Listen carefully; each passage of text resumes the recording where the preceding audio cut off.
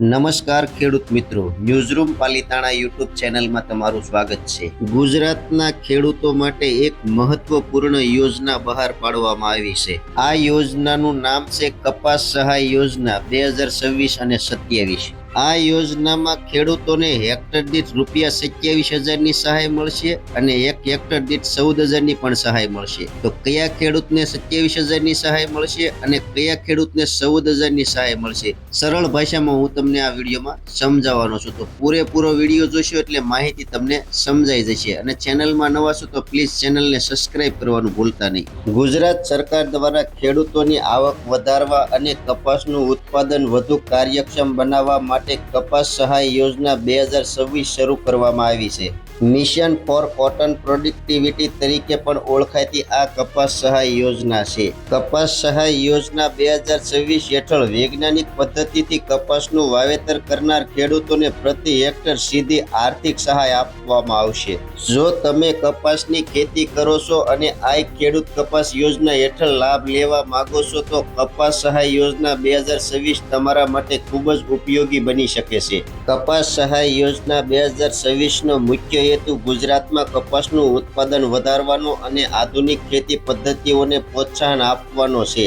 આ cotton productivity mission Gujarat 5 વર્ષ માટે અમલમાં રહેશે અને ચાલુ વર્ષ માટે ગુજરાત સરકાર દ્વારા ₹137.80 કરોડનું બજેટ ફાળવવામાં આવ્યું છે। આ કપાસ ઉત્પાદન યોજના હેઠળ રાજ્યના 21 જિલ્લાઓમાં 1 લાખથી વધુ હેક્ટર વિસ્તાર આવરી લેવાનો લક્ષ્યાંક રાખવામાં આવ્યો છે। નવી ટેકનોલોજી અને યોગ્ય અંતરે વાવેતર આપનાર ખેડૂતને કપાસ ક્રાંતિ મિશન 2026 હેઠળ સીધી આર્થિક સહાય આપવામાં આવશે। સાથે જ કપાસની આયાત પર નિર્ભરતા ઘટાડીને સ્થાનિક ઉત્પાદન વધારવાનો પણ પ્રયાસ કરવામાં આવી રહ્યો છે। કપાસ ક્રાંતિ મિશન 2026 યોજનામાં ખેડૂતોને વાવેતરની પદ્ધતિ મુજબ સહાય આપવામાં આવશે।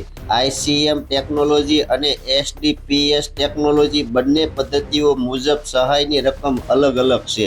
ICM ટેકનોલોજી વાવેતર અંતર 90 સેન્ટીમીટર ગુણ્યા 60 સેન્ટીમીટર સહાય પ્રતિ હેક્ટર ₹14,000 ખેડૂતને મળવાપાત્ર થશે। SDPS ટેકનોલોજી વાવેતર અંતર 90 સેન્ટીમીટર ગુણ્યા 30 સેન્ટીમીટર સહાય પ્રતિ હેક્ટર ₹27,000 સુધી ખેડૂતોને મળવાપાત્ર થશે। આ યોજનામાં ખેડૂત દીઠ વધુમાં વધુ 2 હેક્ટર સુધી સહાય મળશે।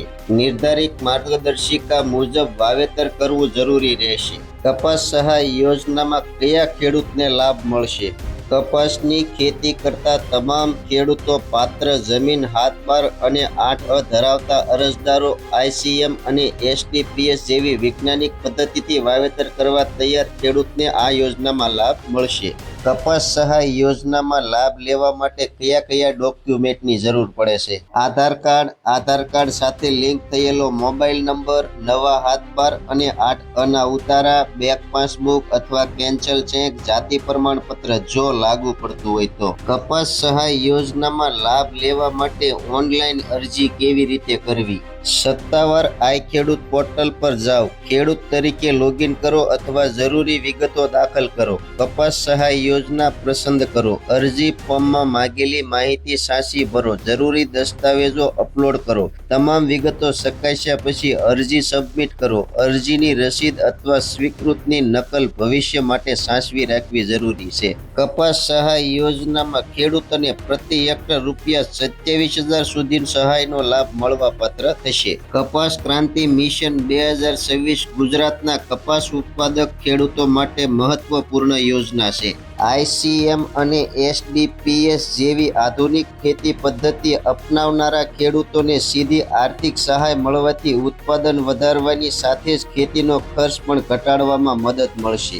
જો તમે પાત્રતા ધરાવો છો તો પણ જરૂરી દસ્તાવેજો તૈયાર રાખીને આ અરજી તમે અત્યારે જ અપલોડ કરી શકો છો। ખેડૂત મિત્રો, કયા ખેડૂતને 27,000 મળશે અને કયા ખેડૂતને 14,000 મળશે, સંપૂર્ણ માહિતી આગળ મેં તમને આપી, સમજાઈ જ ગઈ છે। તો માહિતી કેવી લાગી કોમેન્ટ બોક્સમાં કોમેન્ટ કરજો। ચેનલમાં નવા છો તો સબસ્ક્રાઇબ કરજો। હવે મળશું એક નવી માહિતી સાથે। ત્યાં સુધી બધાને જય જવાન, જય કિસાન, ભારત માતા કી જય।